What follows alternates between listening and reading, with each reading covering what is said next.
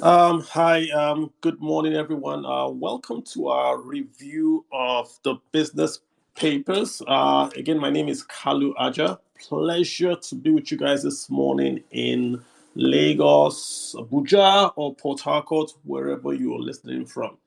Guys, I'm not going to lie to you. This is going to be lots of news that you might not want to hear, but let's get through it, right? Um, let's start with the good news because you're not going to get good news after a long while on this on the today, i.e. So the good news is that there's a report on the cable that Amazon has opened its first AWS Amazon Web Services office in Lagos. So this is very, very good. I mean, we're now on the map. Amazon is able to, provide these data services to the growing Nigerian market. So this is very, very good. More jobs, I mean, it's FDI. And of course, lots of folks are going to come because of Amazon is here now. They have an academy. They're going to develop skills, cloud computing, all that kind of stuff. So great news. Congrats to Nigeria for getting this. So great. This is good. So I love it. So that's done. Let's start off with the other news that we have. And let's just go right to the big one. The really big one. This is the story from Moody's, and Moody's they're a rating agency. So Moody's has been on a roll since last week. It's been downgrading the government debt. It's downgraded about eight Nigerian banks. It also downgraded three large Nigerian companies. Dangote was downgraded. IHS, the guys that owns the towers, that all the telecom folks that use those towers, IHS owns the towers. They've also been downgraded, and Seplat, they've also been downgraded, right? So the thinking of Moody is this: the entire Nigerian business environment is at a huge risk. They based on the fact that Nigeria is really a crude oil earning nation. So everything attached to Nigeria, attached to that crude oil, is really has a higher risk right now. So Nigerian debt, i.e. the federal government debt, downgraded, i.e. our bonds, all that downgraded. The banks that own the Nigerian debt downgraded. The large companies that sell cement, that host towers, and the oil and gas companies, Seplat, IHS, and Dangote, all downgraded because they are tied to Nigeria one way or the other. Of course, if the government can't pay its bills, it would be an upheaval, and that would affect these companies that are being downgraded. So that's just the basic news there. This is what we call country risk. The fact that you are in Nigeria, you can't diversify this risk away. It's a systematic risk. It's going to affect every company with the NGR at the back of it. So that's what's going on with Moody's. But Moody's has now done this big, big detailed report on Nigeria's revenues and the fiscal structure. It's very, very hard reading. It's annoying reading, very hard reading. The headline is this: it basically says Nigeria made about 41 billion. I'll repeat that figure: 41 billion in oil sales, and we only got about 5 billion. So we did 41, we only got about 5. I mean, you can. This day has the report, but it's also online. It's from Moody's. You can read from Moody's and just see what they're talking about. We've been downgraded to B3. That's non-investment grade. B2 is not investment grade, but B3 just takes us more and more and more into debt, into the junk bond status. Moody's is saying there's a significant, and I'm quoting here, significant deterioration in Nigeria's government finances as well as its external position. They talk about a lot of stuff.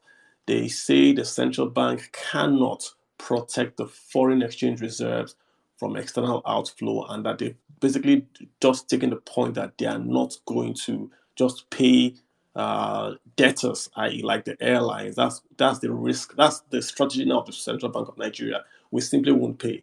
That's there because there's nothing coming in. If you sold 40 and you only get 5, that just tells you that there's nothing coming into Nigeria, right? And it's further worsened by the fact that we have this 435 naira official rate, but on the outside market it's nearly approaching 900. So no exporter is going to sell cashew nuts and bring to the Central Bank of Nigeria. I'd rather pay the fine and hold their dollars and give the central bank that dollar. So it's a big problem there. They talk about the fiscal framework, how we have a lot of expenses, but we are paying fuel subsidies, and that the fuel subsidies are basically now going to eat up the entire revenues that Nigeria is making. It you read this and you wonder if it's a term paper that they're using to teach students stuff, but it's real. This is really your country. This is Nigeria. The figures don't make sense. The thinking behind the figures make no sense.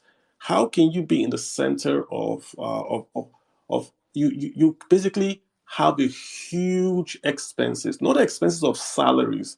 If we were paying salaries, we could say, okay, we're trying to stimulate the economy by paying salaries. We're paying debt and we're paying fuel subsidy. These two things are not in the budget. They're outside the budget. But they've taken up 100% of the entire budget. And there's no way we can continue to pay. Everyone knows we can't pay this. Even the current administration knows we can't pay it, but there is no political will to stop it. I mean, you're leaving office. If you're not running for an election anymore, if you stop it, what's going to happen? People, we literally can't pay this. And what's it going to take before we pull the trigger and understand that right now we're digging a bigger hole? I just hope who's going to be president in 2023 understands what's being set up for him. That you're running a country that essentially has no budget. The budget doesn't make any sense if the entire revenues is going to pay two items, not even in that budget. Doesn't make any sense. Central bank reserves, I'm still quoting Moody's, central bank reserves declined by 3 billion from the beginning of the year 2022. So as of September, we're at 37 billion. So, I mean, we have very limited options. Why is only 41 billion sold, but only 5 billion comes in? That's a question that no one can really give you a definite answer on. So, the long and short, guys, is that these guys have called us out. Moody's has called us out. This rate is going to be all over, Bloomberg and everyone. And no one's going to buy our bonds. Or if they're going to buy our bonds, they're going to demand very high yields. So foreign lending or foreign borrowing is really out of the question right now. I saw the Minister of Transportation saying they want to go borrow money from Portugal or China to complete railways. I don't think that's going to be possible. Which board of directors is going to lend you money on your way out when you have this rating from Moody's? So let's forget about all that and more. Which means they're going to borrow locally. If the government borrows locally, it's going to push interest rates up. It's going to crowd out the market. So the ability of the private sector to get capital is going to be severely impacted. Severely. Right now, there's no dollars in the economy. If there was dollars in the economy, which importer would take dollars at 900 naira? What are you going to import at 900 naira to a dollar? How much are you going to resell it for? There's a limit to how much Nigerians can pay for imported goods. If you use 900 naira to buy a dollar and you import stuff, who's going to buy it? Unless you're buying luxuries, right? Who's going to buy milk or bread that is quoted at 900 naira to a dollar? This is demand destruction, right? We're seeing it right before our eyes, guys.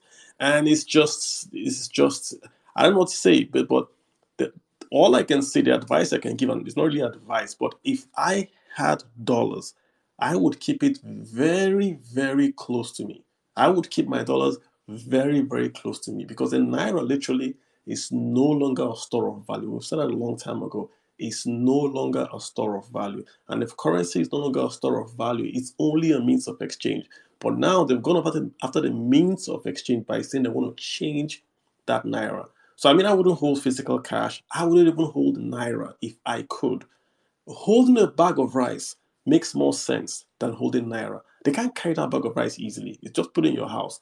And when you want to sell your rice and pay for stuff, I'm being serious here. What are you going to do? Oh, gold. Okay, hold gold. Buy gold and keep gold. But holding naira makes no sense whatsoever at the moment. So that's the point. Moody's downgrade and the notes behind this downgrade. That's a killer blow to Nigeria. We're already in a bad spot, but this is very bad. Forex. The Guardian reports there is no forex literally in. This is the report from Guardian. There's no forex literally in Nigeria. We know there's 20 billion forex in domiciliary accounts, but that is not owned by the Central Bank of Nigeria. That is owned by private individuals. This is their own money that they are saving in banks. It's like you go to a bank and you put your dollars in the safety deposit box of the bank. It's not part of the bank's balance sheet. It's just cash that is there. But in terms of dollar, for import export window, it's no longer available. That's why it's 900. And we're seeing the reason why it's 900 because we are selling crude oil, nothing is coming in. And NNPC is taking all the crude oil to pay for subsidy. So if there's no dollars, then how do we pay for imports? For all the airlines, Emirates is saying they're not going to fly to Nigeria anymore because of the hold in dollars. And more companies are going to do this. The dollar, your card now is $20 to use your card, and it's being restricted. Yeah. So I think when it hits PTA and the ability of Nigerians to pay for medical, maybe the people understand what's really going on, that literally the country is running out of foreign exchange. And how foreign exchange that would have come into Nigeria would have been through remittances. But right now, think about it. If I am coming from America to Nigeria, it makes no sense to send dollars to a bank unless that bank is going to give me at 900 naira or going to give me a dollar. If it's going to give me 435, I'm not going to do it.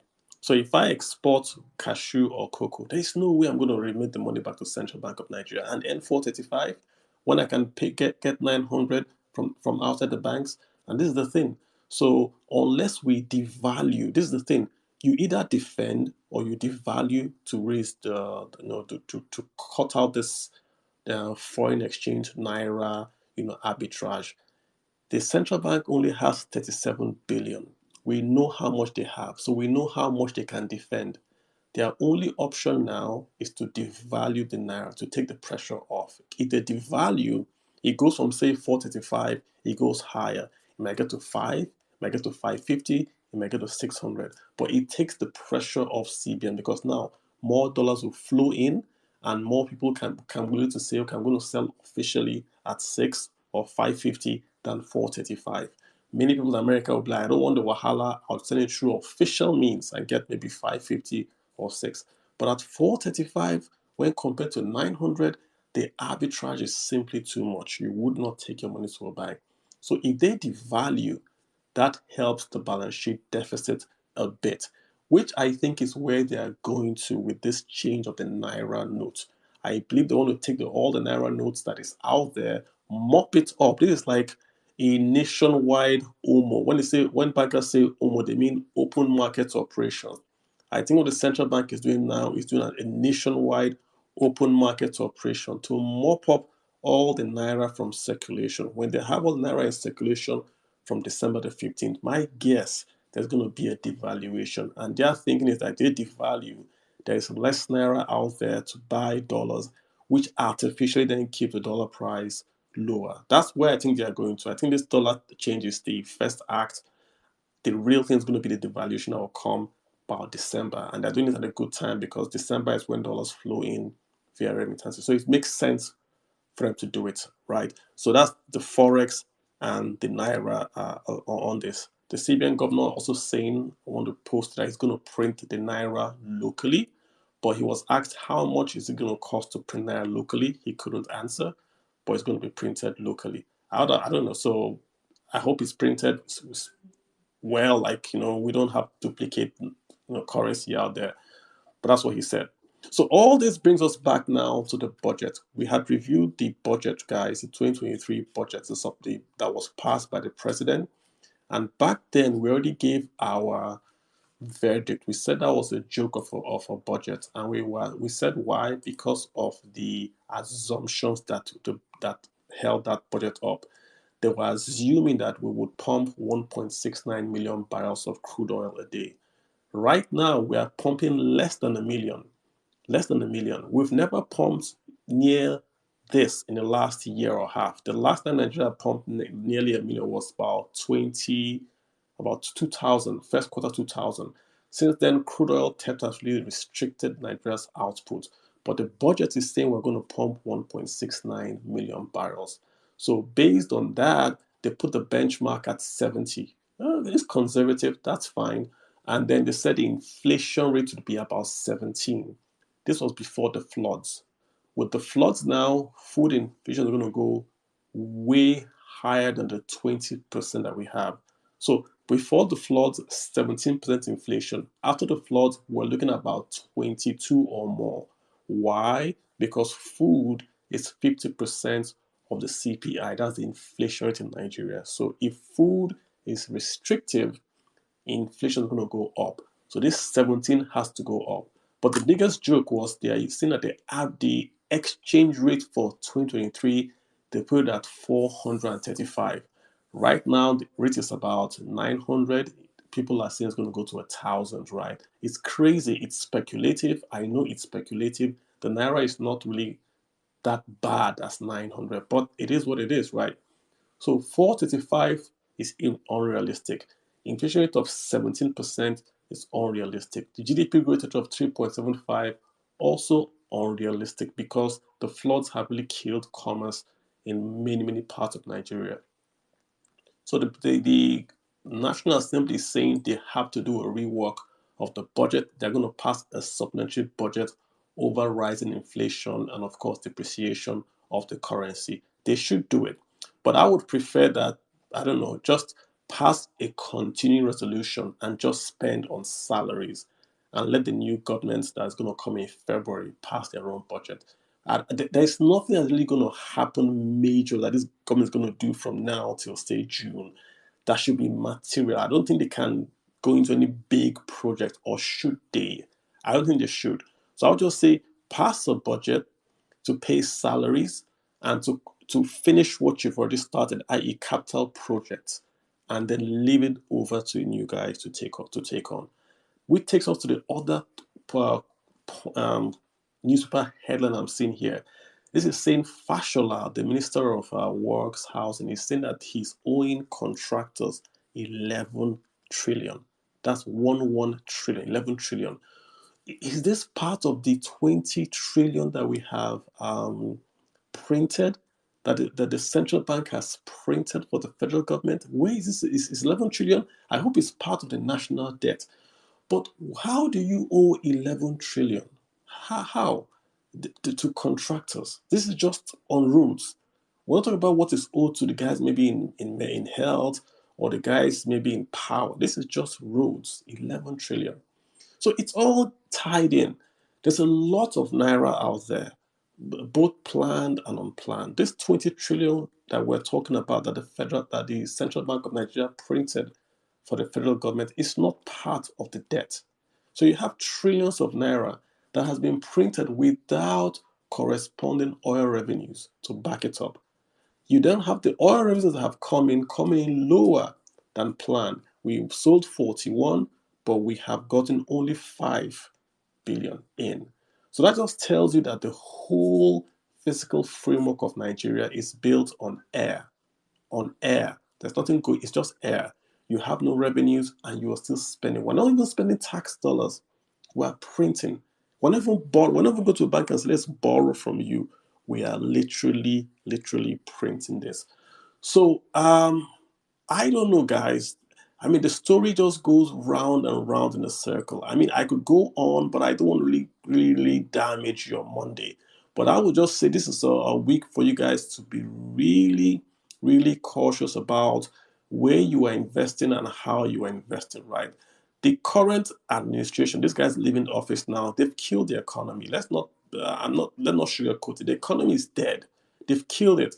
If you have a store, if you had a small shop where not only is the small shop making a loss, the small shop is, you are literally taking your money, your lunch money every day to give the shop to pay salaries. You're even better than Nigeria. In this case, we're just printing paper and calling it currency. And then we're just releasing it out there. So where did that 20 trillion go to? I don't know, man. I don't know. So you should be very careful about how you spend and where you invest. I would say get your reserves in order and know exactly what you are doing.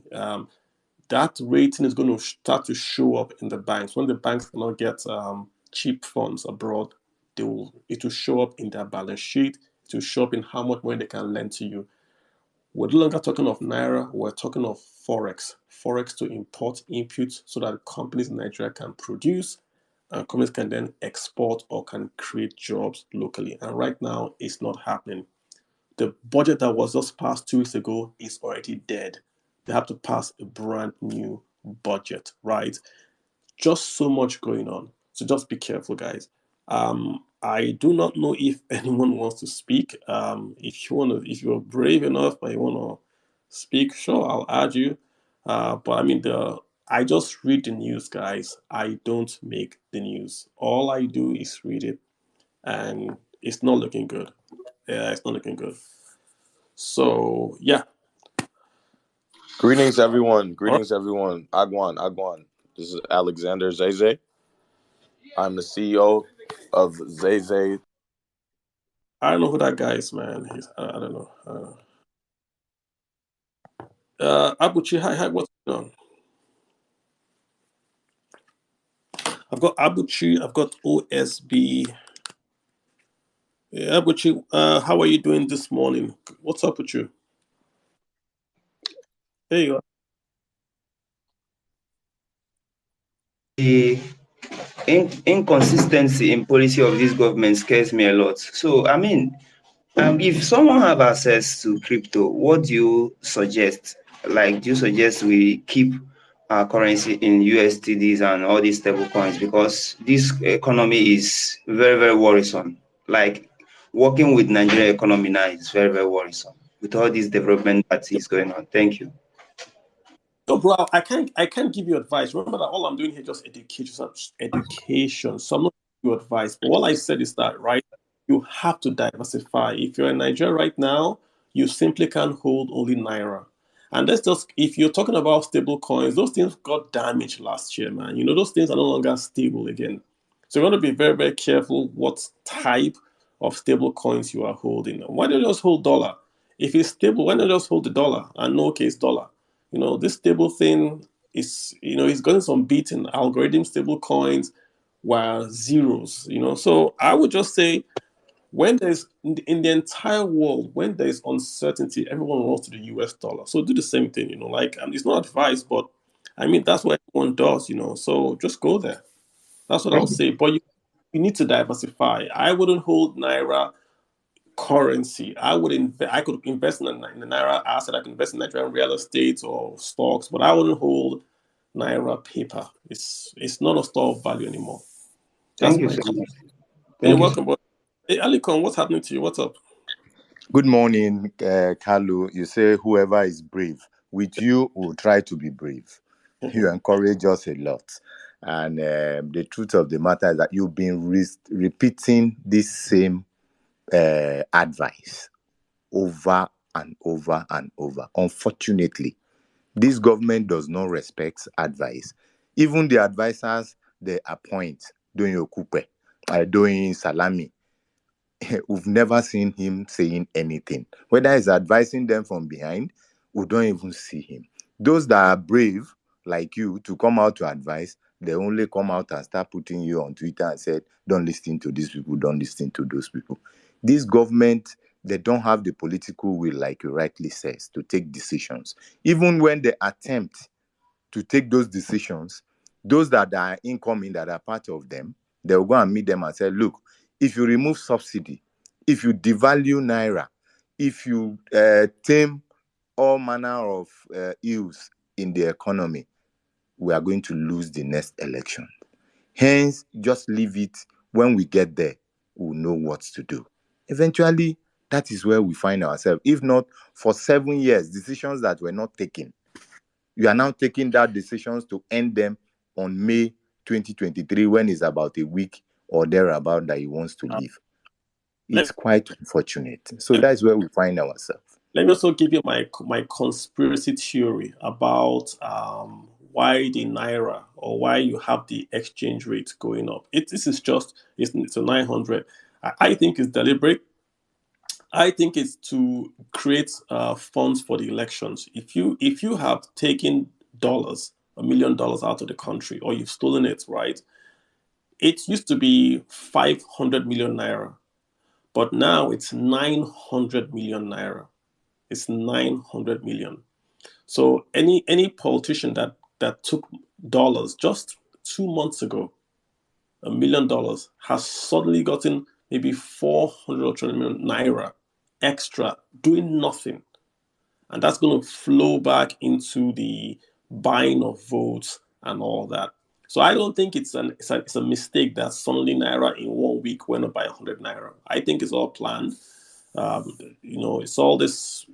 The central bank is not really independent. I mean, I call it as I see it. They're not really independent. The central bank governor is a politician, and he's doing things to help the ruling party, the All Progressives Congress, APC. He's an APC politician. And most of the problems in Nigeria, the monetary problem is caused by him. He's printed 20 trillion. This is just 20. It's more than 20. I just call it 20. He's printed more, and he hasn't raised interest rates. He was running for the presidency. He didn't raise interest rates. So allow the inflation to take hold. These are facts. I'm just saying facts, So, man, I don't know. Dozier, your hand is up. What's up? Chief, good day, sir. What's up? I'm fine. I've learned a lot from you, although it's actually the first time that I'm speaking on your space, And it's quite unfortunate that we're in the economic mess we find ourselves today. In terms of liquid cash, naira-wise, we all know that it's a no-go area. But what I'm confused about is our local businesses and some of our properties that are back home. I understand that they are also losing serious value just as the naira is dropping.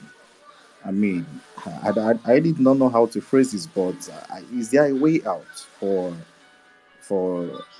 investment in properties and other local businesses back home? Is there any way out for them? I think look at it this way. If you have a building in Lagos, the value of that building will go up, all things being equal. Again, location, right? Just based on inflation, the value of the building will go up because inflation has gone up. The problem is the revenues, the rentals from that building. That's where your problem is going to be.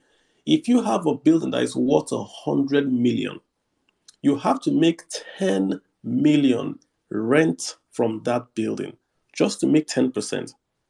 But the federal government is going to give you 15% if you give the federal government 100 million. So it makes no sense to build a house. If the house is worth 100 million, so I could take my same 100 million, not build anything, and get 15% risk-free from the federal government. So the problem with the home is not really the value. I don't think for value side you're fine. I think it has to do with the revenue because your revenues have what we call the reinvestment risk. You get the revenues, but they're worthless. If someone gives you rent, what are you going to do with it, right? So this is my view. It's the yield on the real estate that's your problem, not really the value of the real estate. That's just numbers talking now, Dozie. Just numbers, yeah. Hope that helps you out. Hey, Mohammed, what's up? Mohammed Buhari. Hey, how you doing? I'm good. Good morning, Mr. Kalu. How are you? I'm very, very well, sir. Thank you. Okay. Thanks for allowing me to speak. I know you were talking about I joined very late, and I know I listened to you talking about the change in the currency and the increase in the dollar. For me, this is my own opinion. I feel the change in the currency is the best thing President Buhari has done in the last 8 years, and I'm just going to tell you why. If you notice in the trend, what has been happening in the last 1-2 weeks, all of a sudden, funds have been coming out from people's homes. And everybody is trying to get his funds back into the bank. Everybody wants to deposit his funds back into the bank. People are trying to buy dollar. I think what the government needs to do again, or what the central bank needs to do, is to seize the licenses of the BDC operators The reason why I say they should seize their licenses is that some of them are sourcing dollars from the same politicians who owns these licenses. Because all these boys who stand on the road, or all these BDC operators, are not the owners of the license. They're actually using someone's licenses to operate. So I feel the CBN needs to seize their licenses and give the banks enough USD to sell to the people, even though CBN is complaining that they don't have enough USD. I think what the president has done in the last, by the way, sorry, I'm not a supporter, I'm not a fan of the present administration. But what that present administration has done is that they've tried to checkmate a lot of things. They want to ensure that as from next year, we start going on a cashless policy. I know it's going to be difficult because I was arguing with someone yesterday that, look, you cannot go cashless when you have your most of your telecom, or I work in the telecom industry. Most of your telecom operators are still running on cash. Your traders in the market are still running on cash. You don't have something similar to, I don't know if you're familiar with M-Pesa in Kenya. Yeah. Okay. You don't have something similar to M-Pesa because you see, like the way M-Pesa is run in such a way whereby even the people in the rural areas, from their normal type of Nokia 310, can transfer funds from their M-Pesa account to whatever payment. They even pay government through M-Pesa. You pay for parking fees and all these fees through M-Pesa. Mohammed, So, hear you. yes. Also, yeah, so I can gotta speak. So number one, right? I support the CBN changing the currency. I also support that. I've said that clear. It does a lot of things. It kills these guys that have hoarded cash. It kills some plans of the politicians. It doesn't help inflation or dollar, but I support what they are doing. I think it's very, very smart that the central bank to do this, just to throw something into the works. I support it. But I think that the BDCs, chasing BDCs and banks is a waste of time. The problem is simple. Nigeria does not have dollars. I'm looking at the central bank's website.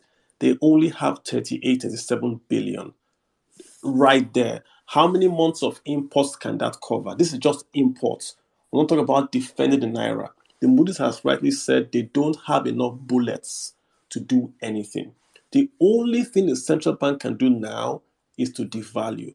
If you close all the BDCs and fund the banks, it's not possible. Every Nigerian wants dollars, so the dollars will disappear in a week, and we'll have nothing.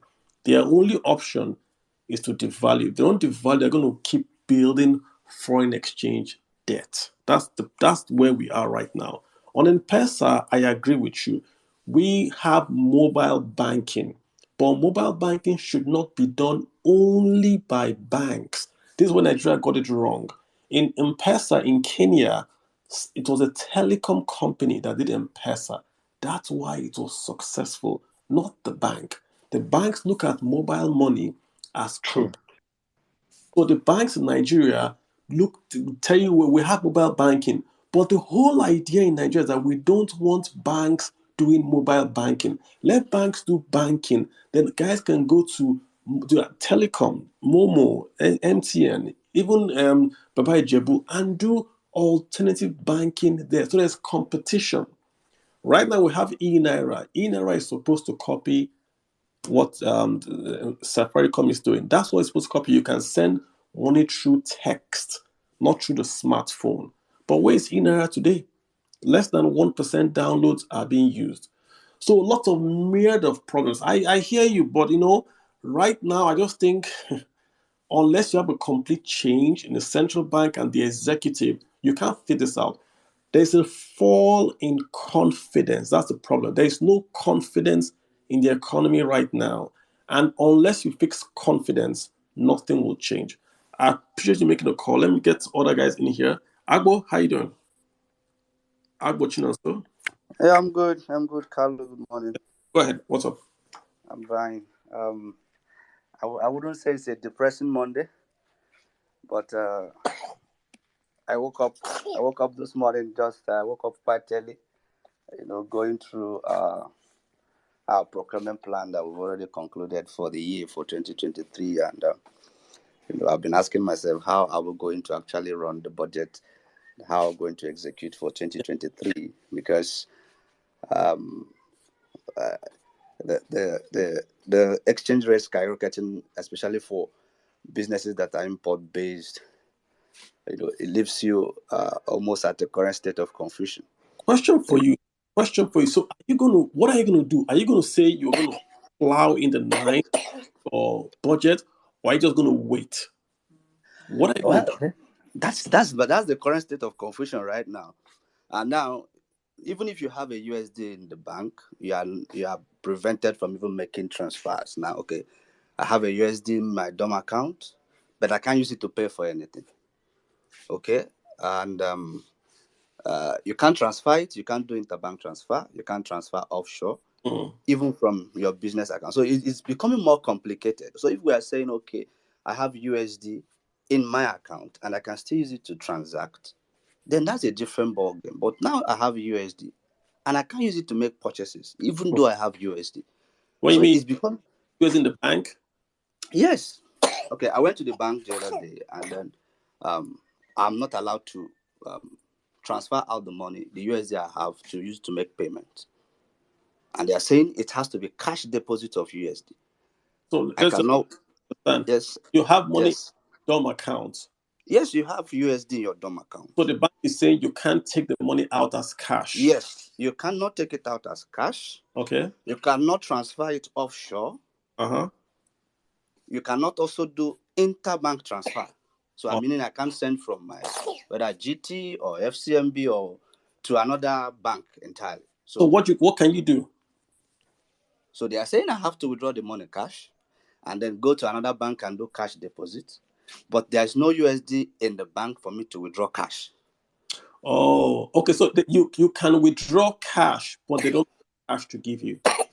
You can withdraw cash, but they don't have cash to give you. So you see, every day they are making it even more and more difficult, because if these things, if I have USD and I am allowed to use my own USD in the bank, because I'm now, the second question I'm asking is, how safe is the USD I have in my DOM account?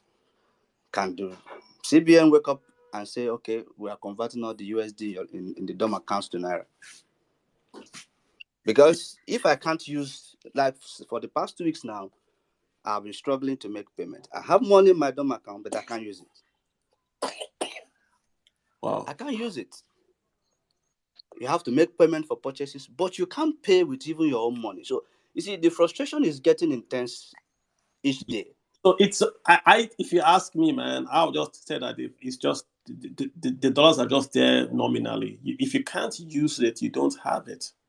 If you say you have something but you don't, so you don't have the dollars in your account. That's what I'm just gonna say. Take that how you want, but if you can't get access to something you say you own, then you don't own it, bro. Right? So what do we do now? Because okay, you can't withdraw it, you cannot use it to make purchases. What do you do? So what do we do? I don't know. The bank is not giving you money, and it's not just your one bank; it's a system. So I don't. I can tell you what to do, but I'm not going to say it on air. But okay, really, should I chat DM? I'm just telling you that this is a systematic problem. So I don't know. Okay, then the second thing I want to say is this. For me, if we really desire to, stop the issue of maybe vote buying or, I'm not in politics, bro. So you want to count that as an economic question? Sure. Okay, because for me, I don't see why we should still be encouraging the use of printing more of the 200 naira, the 500 naira, and the 1,000 naira note. I was thinking they would have phased it out and say, okay, this new print we are doing is going to be for 100 naira, for 50 naira, because if I'm going to use withdraw 10 million of 100 naira, that means I will need some some serious Ghana must goes to carry it. So for me, if they can reduce the denominations and let the highest denomination be 100 naira, maybe it will go a long way to even encourage people to go to start do more of digital banking, do more of digital transaction. Yeah, scrap 1,000 and just have 100. Yes, it makes all this stuff you guys are saying are just cosmetic. If you go to the north, a lot of northern, they say use 5 naira, 10 naira, and they buy stuff with it.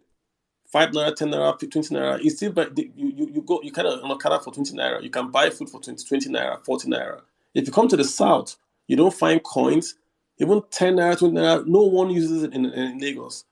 So it's just not there in Lagos. Coins are still legal. It's not, so Nigeria is very wide and the economy is very deep. It's not capturing what is in Lagos is not what is in Katsina. That's how I'll say this.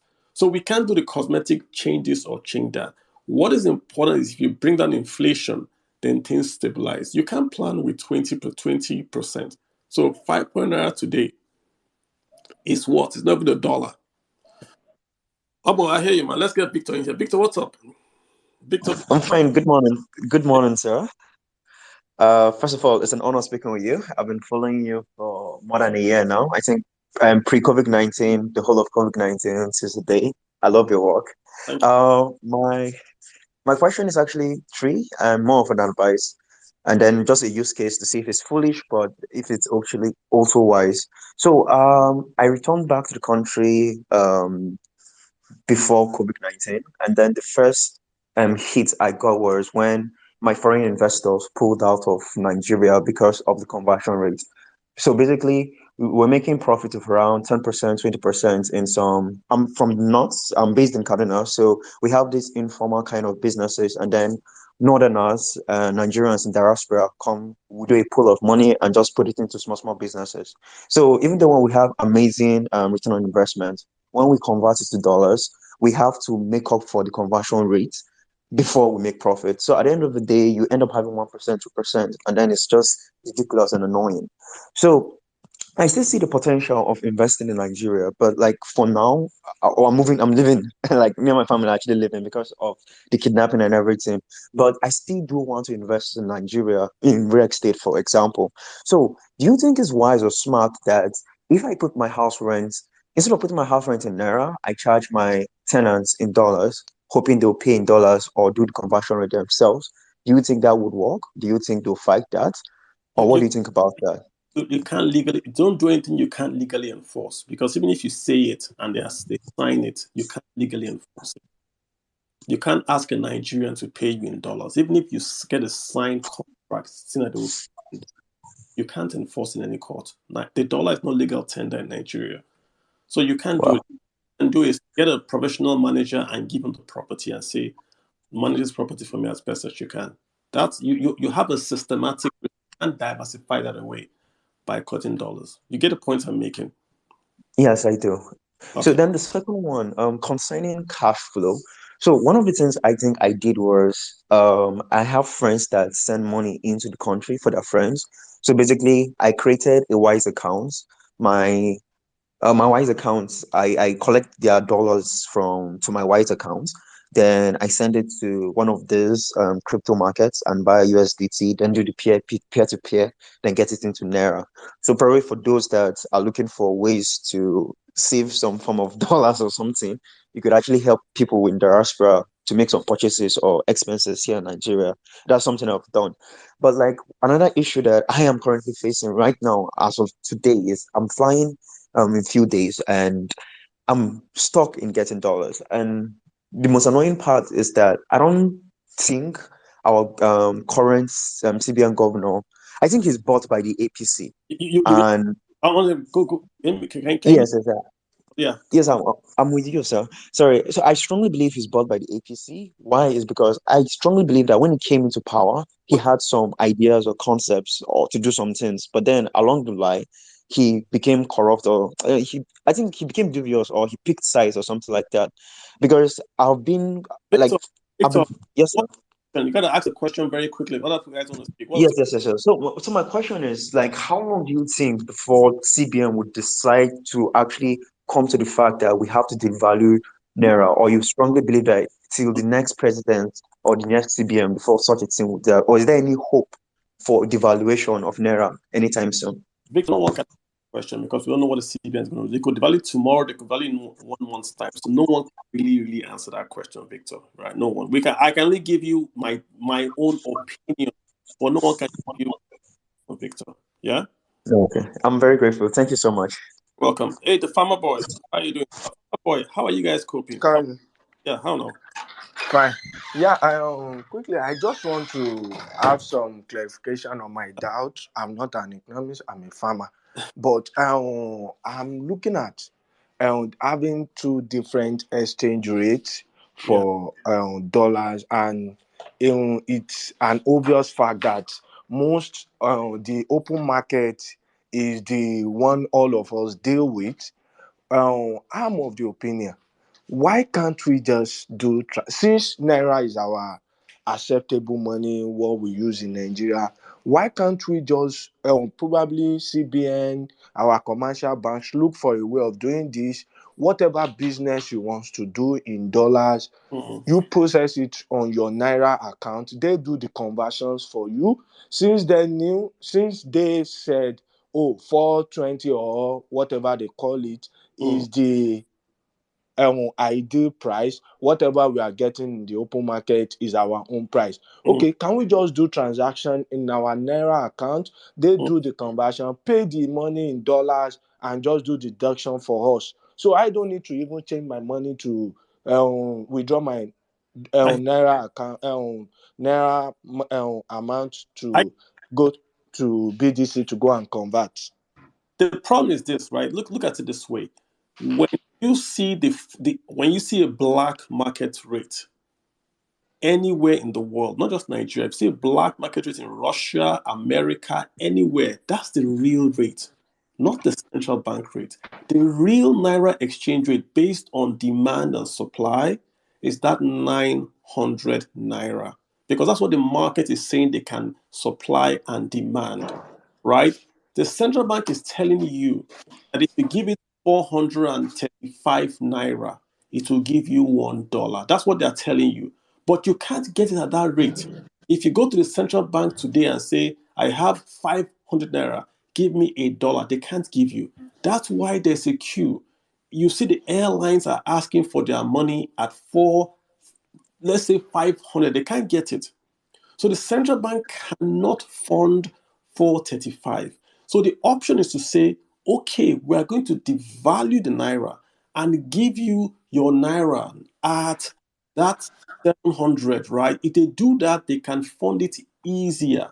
So why don't they devalue? Because of national pride, because also of imports. If the central bank devalues, imports become more expensive. So to them, they are thinking that if they devalue, there will be imported inflation. So I get their argument. Let's not make it look as if CBN people are dumb. They are fighting two things. They are fighting imported inflation, and they are fighting. They want to keep cost lower by giving you 435. The problem, Oga, is this: they cannot give you dollar at even 500. So if you say you want to give them your naira and they will pay, they don't have the dollars at 500 to give you. You heard the guy saying here that he can't get his own dumb account. So the only way they can give you dollar is if you say it's 1,000. If you go to CBN today and say I have 1,000, they will give you dollar immediately because they'll buy from the street. Many Nigerians abroad send dollars to Nigeria. It doesn't go to central bank. It goes, you heard the other guy say, it goes to P2P. It goes, people hold the dollar in their pocket, land in Nigeria, and give physical dollars to Mama Emeka. Mama Emeka will take physical dollars and change it on the streets of Lagos. Those guys on the streets of Lagos take that dollar physically and keep at home or keep in double account. So it doesn't go to CBN. You understand the problem? saying it's like you if it's like you telling someone that your corn, you sell corn at 10 naira for a ton of corn. That's what you're saying. And you know it's not possible.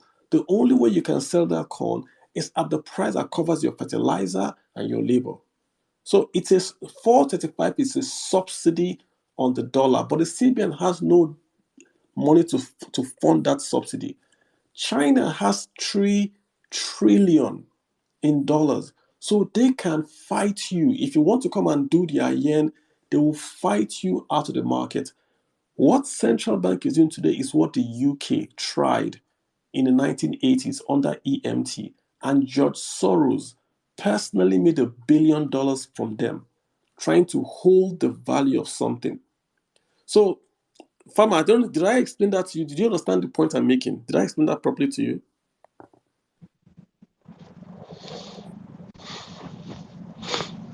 Hello, sir. Cliff, what's up? Cliff, you got the mic? All right.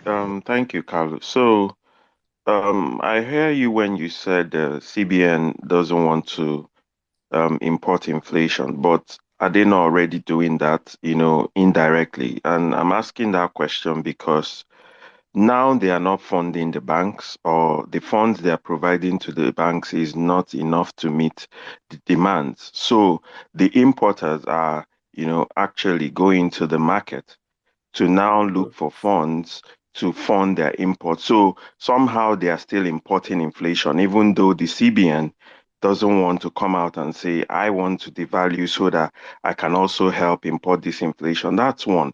Then two, talking about the way the challenges that companies are facing now, especially the small businesses.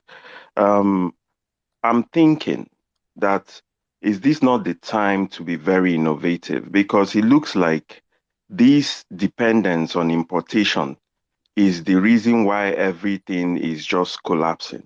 Is it not time for us to look inward and see, apply some level of import substitution and see how we can, innovatively use the resources within our means to see how we can Hear get you. out of this problem that we're in now. Cliff, I hear you. But let's take your second question first, right? If you want to do import substitution, that means you are eating rice, you are eating Uncle Ben's rice. So you want to start to eat Ofada rice. That's what import substitution is all about. You take Uncle Ben's rice off, you bring in Ofada rice. Look at the problem. Uncle Ben's rice will be packed in the US, shipped from the US to Nigeria. You pay freight, insurance. You land it in Lagos port, you clear it. It is cheaper than Ofada rice that is just down the road. Why? Because there's power supply in the US. They have lower cost of making Uncle Ben's rice in the US than Ofada rice here in Nigeria. You can't have import substitution where the local product is more expensive than the foreign product. Look at Dangote Cement. Dangote Cement is the largest plant in Africa, right? That makes cement. The cement that comes out of the Dangote Cement factory, is it cheaper or more expensive than imported cement? It's more expensive. So it's import substitution by memoranda, but in terms of the cost to the Nigerian person, it's higher. So if you do that, then you're not really solving the problem. You are creating local jobs. You are getting the income locally. I agree. But as long as the cost of the import is cheaper than the cost of the local production, that's no import substitution. That's just giving the business to someone else that is local. That's the take on that.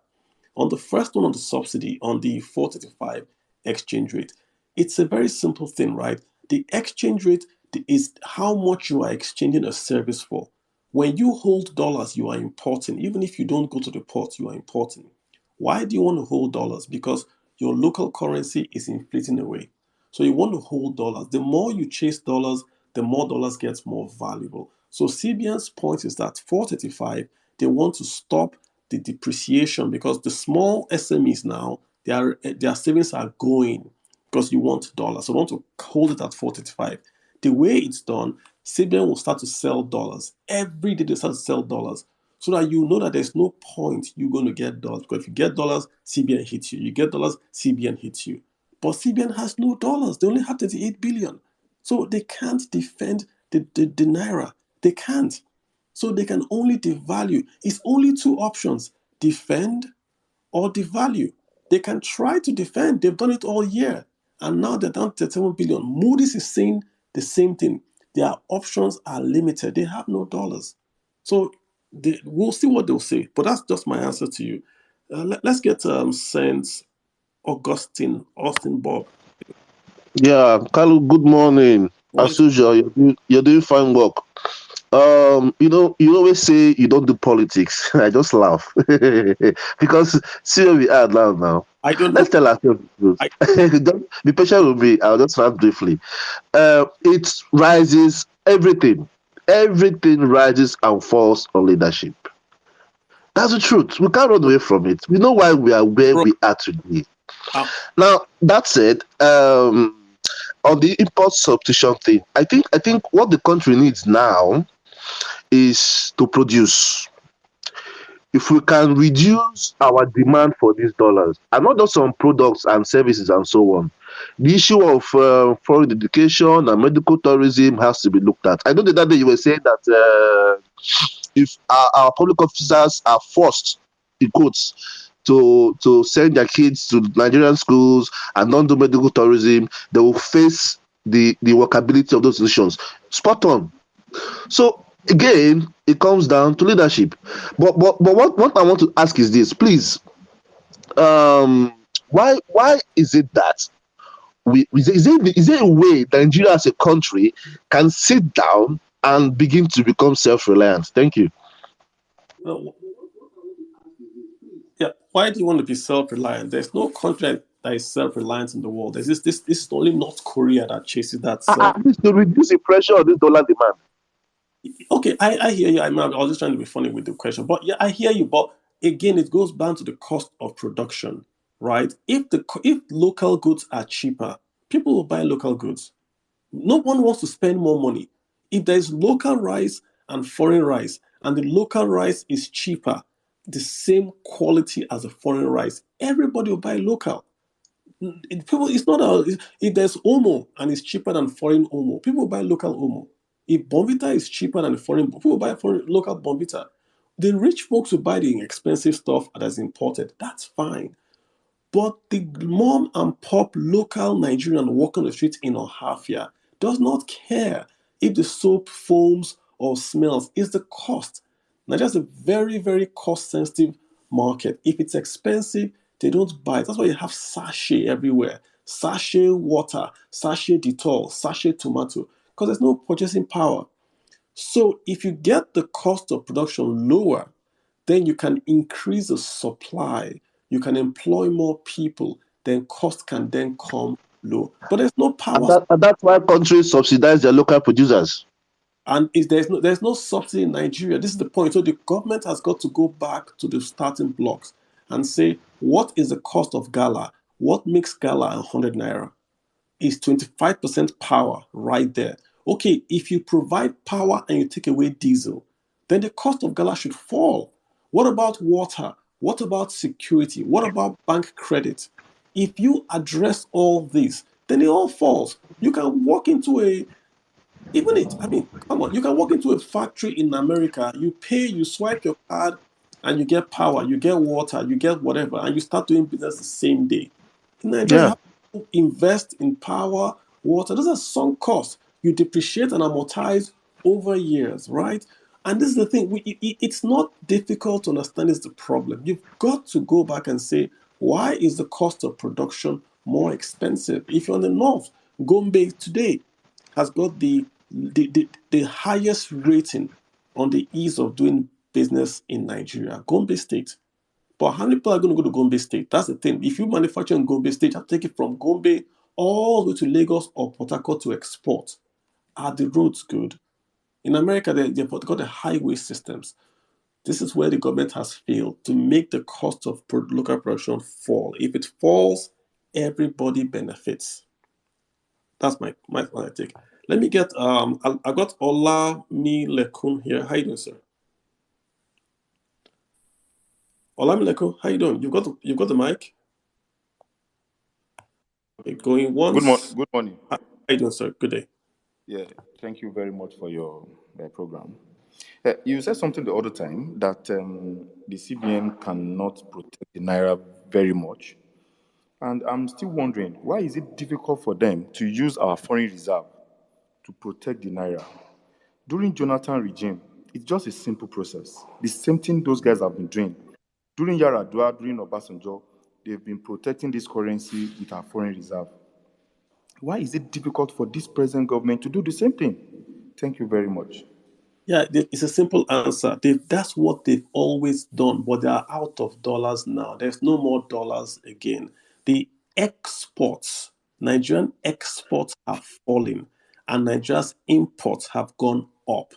Under Jonathan, we were not importing as much PMS, and we were exporting crude oil. Right now, Nigeria is exporting less than 1 million barrels of crude oil. The NNPC chairman says 700,000 barrels of crude oil are locked in. So that's loss of revenues.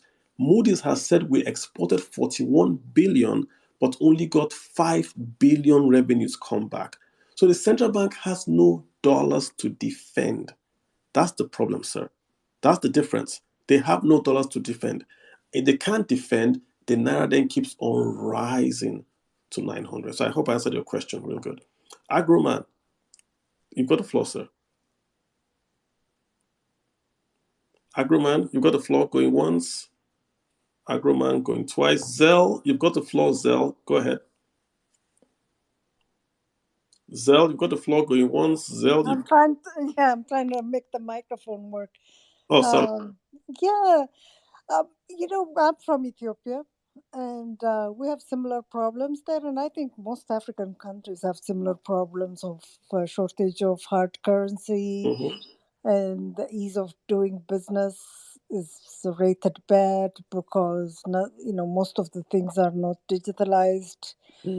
It takes time to do anything. And then taxation is a big problem in Ethiopia. I don't know how it is in Nigeria, but taxation is a big problem. Businesses are overtaxed, and people, the tax office expects, there's so much corruption. They want them to pay them personally so that they don't estimate their taxes high, whatever. Do you live in Ethiopia? I live in USA now, but I go there often and I hear about it a lot. Gotcha. So, since we have similar problems, I think we can have real African solutions for all of Africa if we were to work on them together. True. I hear you. And why I asked was that, Ethiopia has taken a very, very proactive step in export trade. I mean, Ethiopia has got tons of, they call them export clusters that China builds, and they manufacture goods. They assemble and manufacture goods there for export only. Lots of but the balance of trade is so bad. We import more than we export. Yes. So we have a big shortage of hard currency. Economy. I think in Africa, you're aware of that. Almost in the world, Ethiopia before the war, fastest growing country in Africa, and I believe in the world. Before you had this recent civil war. But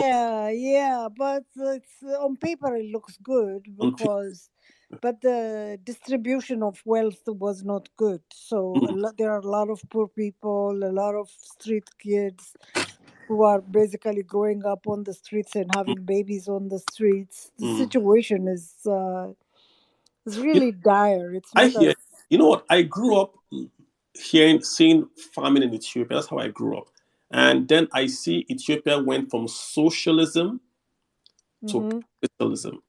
You've got Ethiopian Airlines, and it was a big shift from Mengistu, to what you have right now.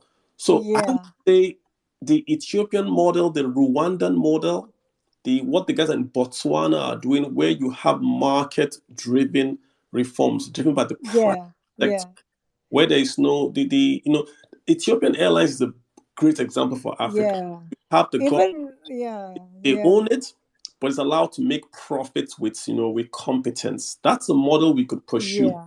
Like it's more Yeah. of a personality thing, not an institutional thing. Ethiopia is not good. They have guys have a lot of Ethiopians, 66 million people. I think after Nigeria, it's you guys. Yeah. So we have crude oil, so we have that buffer. You don't, and you also don't have a port. So you lost the. That's true. Yeah. There's a Yeah. lot of, you guys are going uphill. You have a lot of weights pulling you back. If you don't have a port, and you're fighting a civil war, and you have the land itself. I mean, your dam, the dam you're going to build right now, it's going to be a massive boost. If you get that dam up, and It's up and running. It's not it's 100%. Egypt didn't bomb it, right? That's good. Two of the turbines are running, and they have started selling electricity to Sudan, Kenya. Yeah, you're not doing that bad. Well, I mean, we could do a lot better considering the whole world. A lot of diaspora. You could take the monies. I mean, the coffee market. I know I did see a documentary once where the coffee exchange was converted from just farmers to this digital call system where you could sell your coffee from Ethiopia to the markets outside. You guys export flowers. I would say, good job of what you've done with your economy. Don't beat it down too much. Learn from us. Nigeria is a very, very rich country, very educated people, but the government has let us down. It seems to be the reverse in your. Yeah, that's what I wanted to discuss. Instead of like blaming the government, how about like we help them with doing things Trust better? me, if I was going to blame the government, you would know. I'm doing what I'm doing is just reading the news. I'm reading news articles from Nigeria and just saying this is not looking well, and I want them to do it. If I didn't like Nigeria, I wouldn't talk like this. I'll just go back and abuse them. They can do better. Nigeria can do. If Nigeria leads, Africa does better. Nigeria got to do better, not just for Nigerians, but for Africa. We're not leading. We're not leading, and that's when Africa really has a big problem. So thanks, Zell, for hopping in. Thank you. Hopping anytime. Yeah. All right, Bumi. I've got Bumi. Hi, Bumi. How you doing? Hello. Good morning. Can you hear me? I can hear you, Bumi. Okay. Thank you very much for what you do. I just want a clarification on something I had one of the presidential candidates mentioned yesterday. We have always had this notion that Nigeria's economy is not diversified.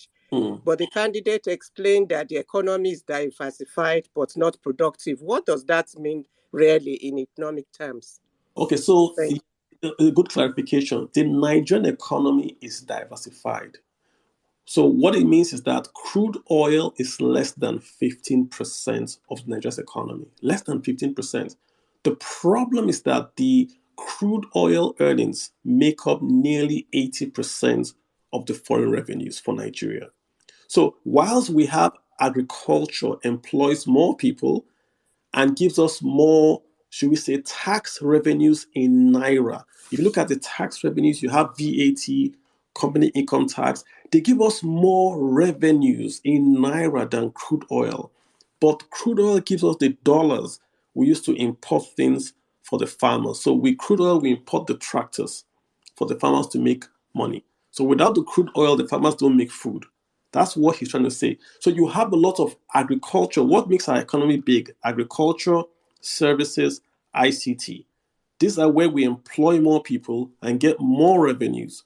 But those sectors are really comatose in quotes because we don't have a lot of capital and infrastructure to make them boom. I think he made the example about agriculture. Look at Niger State, larger than Netherlands, but we can't feed ourselves. All that land is wasting because we don't have mechanized agriculture and all that.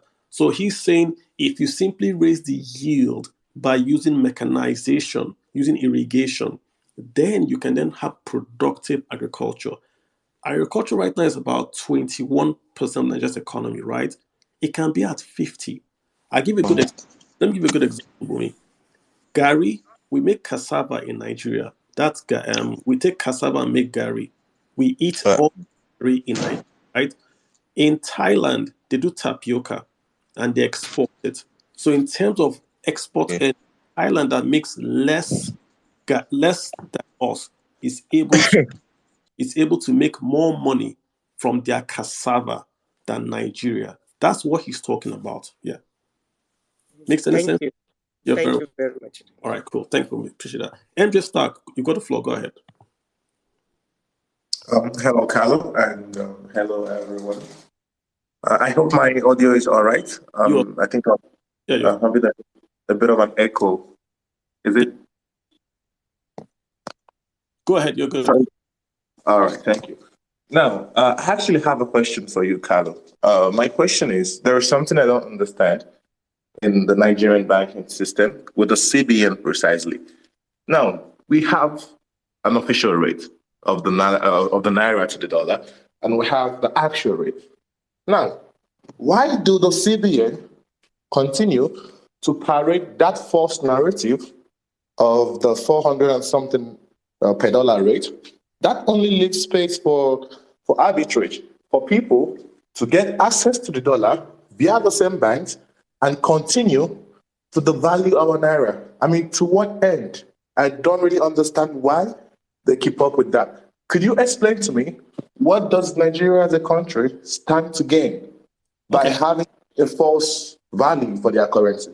So this is a very, I'm going to have a deeper discussion next week. We're going to talk about exchange rates. Look at how it works, right?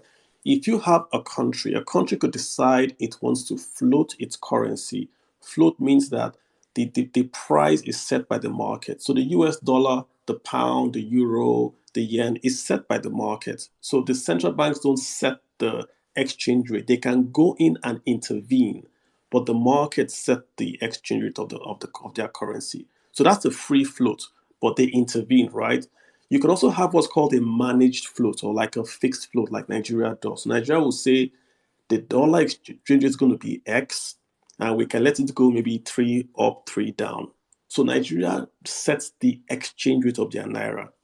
The problem is this: when you set the rate, you have to go in and keep it at that rate.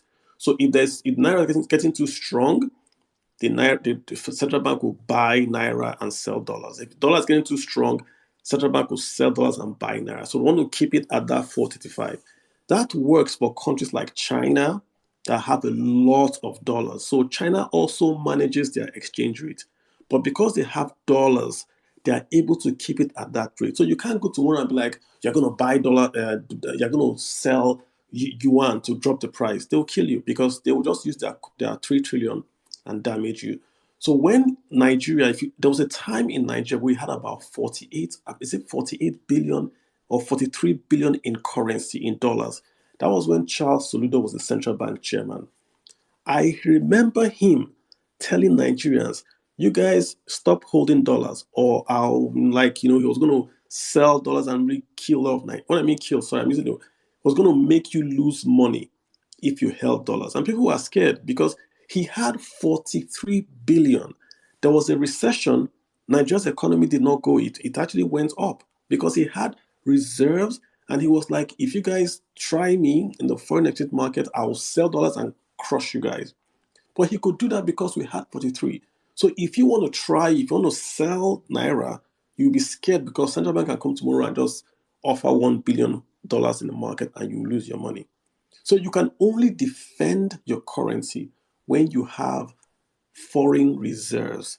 So what CBN trying to do is to say we'll keep the rate at 435, but they don't have money to defend it. So it's fake. 435, they can't give you. If you take a naira if you take 500 naira to the central bank, you can't get a dollar. So unfortunately for them, yeah, that's what they are. And just like you'll come back, then we'll close up. Yeah, okay. Now, just one more thing, right? Like you rightly pointed out, it's not working. But my real question here is because I personally know at least 3 people who are benefiting massively from this. And I think in return for them benefiting from that situation, it's ruining the naira furthermore. Because imagine a scenario, I have a business, right? So I walk into a bank as a businessman and I request for $10,000 using the actual rate. And immediately I get that money. 20 minutes later, I go to the nearest Bureau de Change and change that money. And I'm getting it at a rate of let's say more than 800. We get that. I hear what you're saying. The thing is, understand there are just two ways to do this. You can't try this in the US, right? You can't do this buy and sell. But that if Nigeria floated her currency, the dollar would be 9, 1,000, 1,200. It could be, or it could be 300. It could be 200. It's going to be determined by the market. The problem that CBN has is CBN wants to manage monetary policy. There's a link between dollars in the economy and inflation because people take dollars and are able to, they take a lot of naira and buy dollars. So CBN wants to really control that monetary part of the economy. That's why they don't want to float that currency, So I understand what they're trying to do, but I know they can't do what they can achieve, what they want to do with what they're doing. It's a two-edged, there's no free lunch. If you float the naira, then today it might be 1,500 or it might be 200. The market will determine. If there's bad news, the naira will be affected. You saw what happened in the UK when they had the prime minister. That's what will happen in Nigeria. So you have to do a mixture, more or less. And let me get Chidube in here. We're going to wind down, guys, in about 10 minutes or so. Thanks so much. Chidube, you've got the floor. Go ahead. Chidube going once, Chidube going twice. Godfrey, what's up? Fine, Oga Kanu, it has been a long time. But let me go straight to the point. I think what the CBN need to do is to find a way, if you can be able to help build a clusters where we can have an export-driven zones that we can be able to export. If we can be able to do that, I think we'll be able to crush this dollar as minimum, maybe in a short possible time. Whoever that wins the election, that should be the focus from now in the next 6 months' time.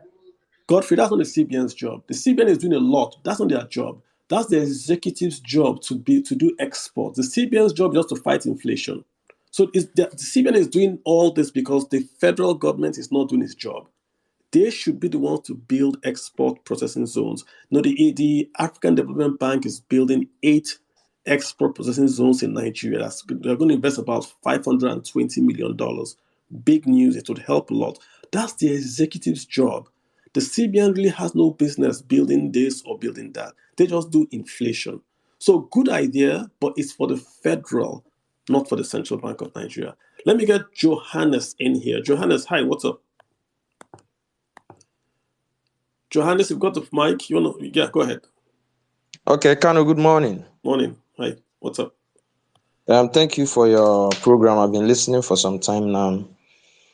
Something just came to my mind, and I feel like asking you: is there no monetary policies state governments can implement to help this situation? No, there's not, because this monetary policy is a federal. You can only have one monetary authority. You can't have 10. So it's only the Central Bank of Nigeria that can manage monetary policy. Only them, not just in Nigeria, across the world. States don't do monetary policy. It's one currency, so it's one monetary policy. Make sense? Yeah. Okay, but there are ways the state governments can help to boost the economy of the nation, like different things, being productive economy on their own part. If monetary policy is just CBN, boost the economy, local governments can do that as well. Yeah. So you're saying two different things. Yeah. Okay, yeah, I got the explanation you made on the monetary policy part. That makes sense? All right, super, man. I appreciate it. Yeah, I got Connors. Thank you. Yeah, very welcome, Johannes. Connors, go ahead. Hello, good morning, Mr. Carlo. Yeah, go ahead. Sorry, what I want to contribute to this topic about this exchange rate is because we've been, for a very long time, we've always had the two exchange rate in Nigeria. We've always had the CBN standard rate, and then we always have the black market rate, of which the difference between the two usually is not more than $10 to $20. That's about 7 to 8 to 10 years ago. And on a second thought, you can also agree with me that almost everything that we are we are importing right now is also what we were importing then. Even now, say we even import less because we no longer import rice. Yes. Question. So, hello? Yeah, so what's the question? Okay, not really a question, a kind of a contribution. So you look at it this way: we didn't import PMS 15 years ago, right, or 20 years ago. The difference is the PMS we're importing. That's the problem. When did we start importing PMS? When? That's the problem. The PMS is the largest expense in Nigeria. The PMS import. That's why you have the current account deficit. That's largely the main reason. Does Okay, that make sorry, sense? if I'm to learn from you, when did we start importing PMS? Because You have to Google that, but I thought we have always import that. no, we've never. We had 4 working refineries. Then the refineries all started to go bad one after the other. Then we import PMS when we have a turnaround maintenance. And then when all the refineries went bad, the import of PMS now became a thing. Before, we didn't used to import all our PMS in Nigeria. The refineries work. We have 4 refineries that used to work in the past. Yeah. Okay, then if that's the case, that could all definitely be one of the cause. Because I always understand we have been having a two That's exchange the rate but hello. that's the difference between now and then. PMS input. Not there are many causes, but that's the main difference, right? Let me Yes, get and then I also understand that as of that time, CBN always have a dollar to give to people who needs dollar for import and no. whatever reason. We've always You just apply for dollar no at no CBN rate through your bank and go through the processes. After some weeks or months, you just get dollar for import or whatever you want to do with it. So not true. the only people who are hello. Not true. Not true. Remember that in 1983 or so, Nigeria had no forex whatsoever. We were doing trade by barter. So we've always had this problem of Well, dollars. I'm not talking of them. I'm talking of about 8 years ago. I remember needing dollar one time for a transaction, and my bank gave me a phone that I need to fill. Yeah, I because need you to were fill EcoBank in okay. order Because to get dollar through CBN for a travels and stuff like that. yeah, because you were exporting crude oil at 100 naira dollars back then. Right now, you're no longer exporting crude oil. Oil thieves have blown up your pipeline, so you don't have revenues from crude oil anymore. So number one, you are importing PMS, and number two, you're no longer exporting crude oil as before. We're not exporting up to 1 million barrels a day today anymore. That's the problem. Agroman, you've got the floor, sir. All right, thank you. How you doing? Yeah, Agroman, All you've got right, the good floor. morning. Hi, how you Good doing? morning. Am I clear? Yes. Please, I have a question concerning the CBN policy of changing the face of the naira. That's 200, 500, and 1,000 naira. Now, the thing is, since this policy is not across board or across all the naira in circulation, that's from 5 naira to 1,000 naira. These thieves who have been storing the naira in their houses and stuff, which made the CBN to make this policy so that they can get their hands on the naira. Can they not change the current naira they have? Say they have 1,500 and 200 denominations in their houses stored. Can they not change it to lower denominations just to evade the CBN policies? The big boys don't hold lower denominations. The big transactions are done on high denominations. That's why they went after the high denominations. You can't buy a car with 10 naira notes now. Who does that? So the wahala is in the big currency notes. Yeah. Right? Okay. All right, I'm going to So, shut I this mean, down. hello? Yeah. All right. Since, anyways, I don't think it's going to be possible since those other notes make it bulky. But thank you anyway. You are very welcome. Hey, man, Mohammed, again, what's up? Go ahead. Thank you very much. My bad. Go ahead, sir. Yeah, thank you very much, Kalu. It's interesting following your discussion. So, basically, if I understood correctly, the root cause of all this problem is the dollar, the dependency on dollar. My questions are, are there examples of other countries that have decoupled their economies from the reliance on the dollar? And if you were to provide an answer to a long-term solution that is beyond this current crisis that we're in, what will that solution look like? Thank you. I don't think there's any country on earth that does not use the dollar. Russia is just attempting to try not to use the dollar.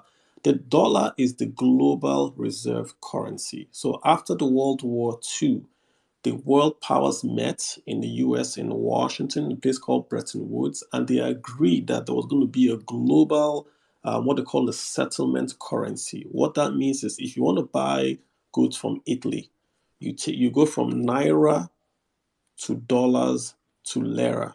Back then, if you want to buy goods from Italy to Ethiopia, you go from lira to dollars to dinars or whatever. So the dollar is the global settlement currency. You have to use the dollar. Why the dollar?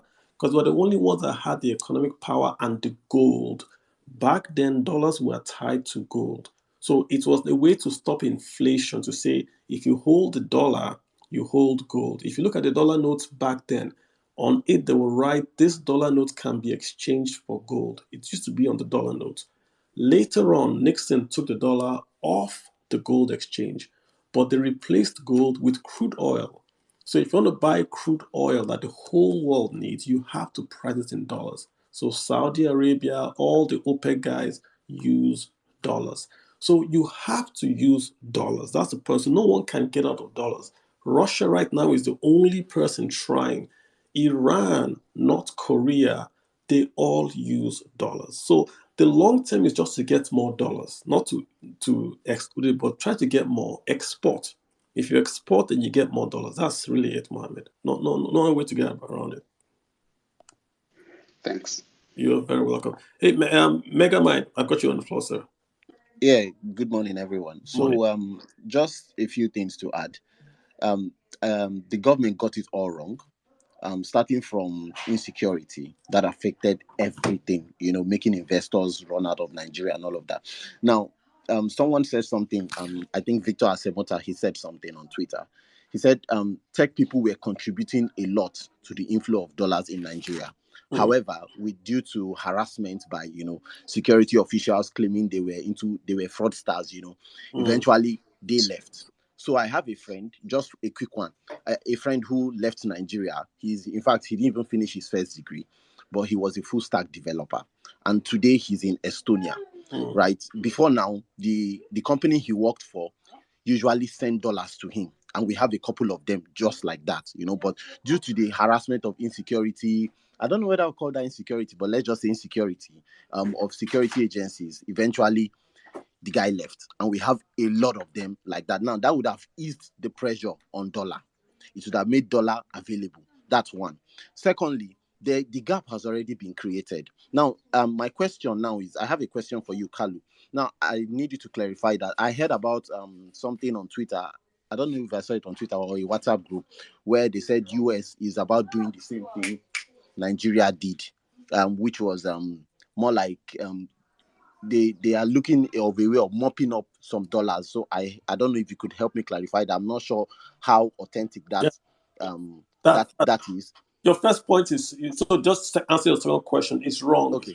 The US always updates the dollar. I think last time it was in 2001 or 2003. They always update the dollar, but they don't take the old dollars out of circulation. They remain as legal tender. So every dollar bill that has been printed is still legal tender, including the ones printed in 1819. They are still legal tender till today.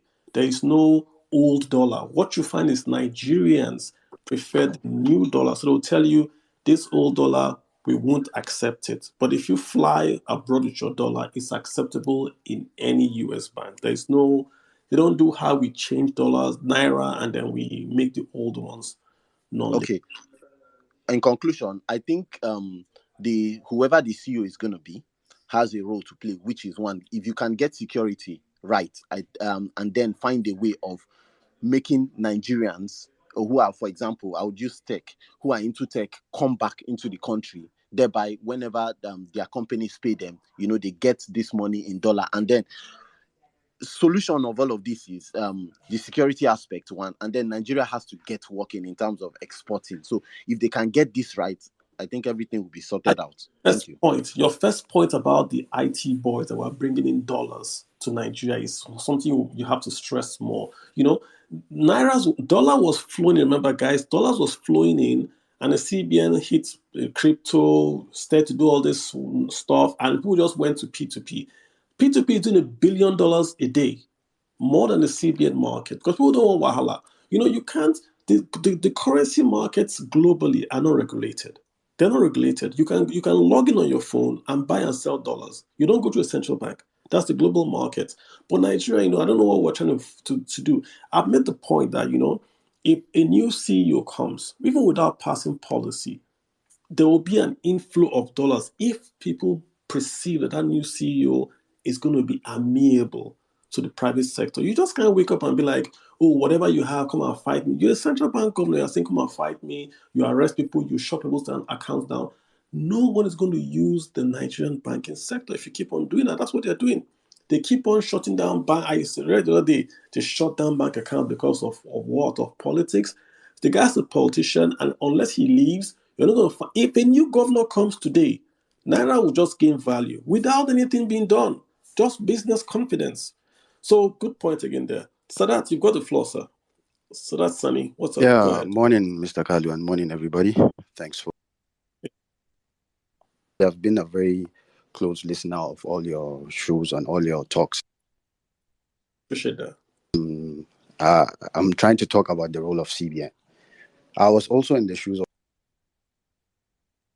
CBN should do this, CBN should do that. But after reading that CBN has only to do with monetary and price. All they need to do is to ensure there's enough money, not too much, ensure that the price is also stable. Your audio is breaking in and out. Just we'll let you know. Oh, can you hear me now? I can, but it's breaking. You're breaking. Go ahead. Oh, okay. So just like many people think, I was CBN needs to do a lot in CBN, forgetting that we have the federal government. Keep saying that CBN should defend the Naira. CBN cannot defend the Naira with money. The country needs to invest a lot. We need to invest. That's the only way we can defend the Naira. What do I mean by that? Look at those times that we had enough dollars and he could walk into the bank. Yes, that's true. But right now, we are not earning much. Yeah, so I'm not really getting so that I have to cut you in there. Your audio is breaking, so I get the sense of what you're saying, but it's breaking. I hear you saying, yeah, there's the central bank is only monetary, but you can't blame people for believing that the central bank can do more because Emefiele is everywhere. He's doing farming, he's doing CBN list, he's doing rice, he's giving money, so he's everywhere, and he then gives the impression that the central bank can do all. The central bank is only set up to fight inflation. That's their only job. All this other thing he's doing, banning rice, doing this one, that's not his job. No one asked him to do that. The CBN Act is very, very clear. Monetary policy, what's it called? Price stability. That's his job. Inflation. Giving money, banning rice, banning private jet. Nobody sent him that message. So that I appreciate you calling, but you're breaking up. First, I've got Bright Ibitoye. How you doing? You're not letting me speak, Kalu. Who is this? Is this Ladi? Go ahead and speak then. Good morning. Mine is just a brief one because I heard somebody asking about what they should do with the Naira since it's devaluing. And you said something about, and he asked about cryptocurrencies. The one thing I'll say is that the algorithmic stable coins had problems. Yes, that was the Terra. But USDT, USDC, Pax Gold, they're all solidly backed by fiat and gold. So if anybody wants to go and look at that, that's all I wanted to say, Kalu, and I'm learning from you. Thank you for the opportunity. All right. That's from you. She's saying she's giving her own advice or so. Yeah. So I appreciate that, laddie. Thank you so much. I'm just trying to go around, so apologies for that. I got Bright Ibitoye. Hi guys. After Bright. Good morning. How are you? Great. Bright, we're going to Bright on Peter. We're going to Aina. We're going to call today. So just Peter and Aina after you. Bright, but you're echoing, bro. What's happened to your phone? You're echoing. I'm echoing. Go on. Okay. Yeah, you got an echo. Let the next person go. Let me sort myself out. All right, Peter, you've got the floor, Peter. Peter, you've got the floor. Your hand is up. Peter, what's the name? Ezechi Emeka, go ahead. Ezechi on mute and go ahead. One, Ezechi on mute. Let's get Ayeni. Mr. Ayeni John, you've got the floor, sir. Yeah, thank you very much, Mr. Kalu. Thank you so much for your post. It's been educative and really, really interesting. Thank you so much. I think I have two questions. I don't know if you've discussed this earlier because I joined late. Do you think that crypto can help us in any way with the value of Naira going up in terms of to the exchange and all the likes? No, that's one. I can't give advice. I can't give advice, but what I will say is this: you have got to diversify your holdings away from just one currency. Even if you held crypto, you should not hold everything in one currency. Should be maybe crypto, dollar, naira. Just all I will say to that. But crypto, I think you have to be careful. It has to be a stable coin because those are the ones that are tied to the dollar. So in essence, holding the dollar. That's what I hear. So yeah. Your second question? Okay. The second one is with gold. Do you think Nigeria can do anything with gold such that it then impacts on Naira? Is there logic around that? Because recently I'm doing some reviews on gold and it's really interesting. If we had enough gold, yes. You look at what Russia did. Russia has pegged a part of the ruble to gold. So that's why the value is so high. So if you had a lot of gold, you could do that. But we don't have a lot of gold. We might have in Zamfara, but it's not in the Central Bank of Nigeria. So the Naira is pegged, right?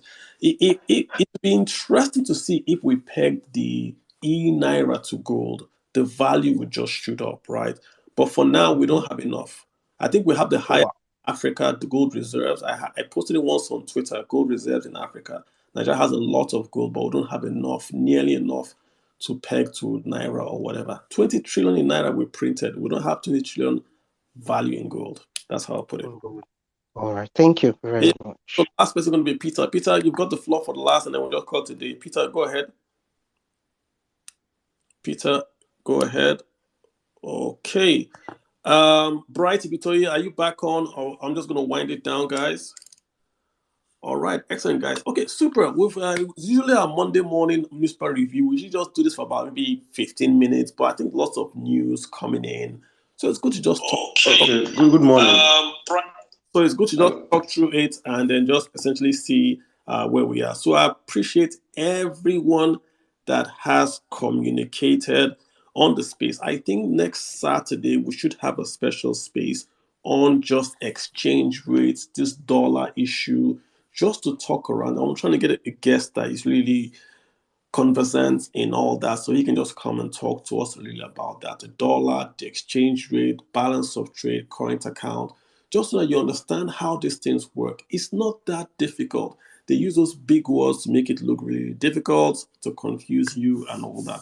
So guys, go out and have a great week. This is Monday. Monday is my best day of the week. Go out and make your money. Don't let the bad news in quotes get to you. You are in a country that is blessed. All we need to do is to be deliberate in 2023 and get a good leader. Guys, if you get a good leader, I assure you, I promise you, this promise you see will go in 90 days. There are two problems with Nigeria. One is inflation, two is the exchange rate. These are the two immediate problems. Inflation and exchange rate can go in 90 days. Exchange rate can be fixed 90 days. Inflation, it will be on the way there, but it can be fixed. You fix exchange rates with business confidence so people can remit money. If more money is remitted, i.e., more dollars is remitted, the Naira will gain value. That's how you fix exchange rate. The inflation is going to be fixed by allowing the security services deal with the bandits so the farmers can produce food and have an increase in supply of food. More food means the cost goes down. The cost of food goes down, inflation rate goes down as well. So you need a good guy that can do these two jobs, exchange rates and inflation. Once that tends to turn in the right direction, then the capacity of the manufacturing sector would improve. There is security, then you have commerce increasing, and then more jobs are created. It rests in a good leader. Be deliberate in 2023 who you are going to proxy in as your CEO. That's how I end it, guys. Wish you guys the very best this week. Take care of yourselves and bye.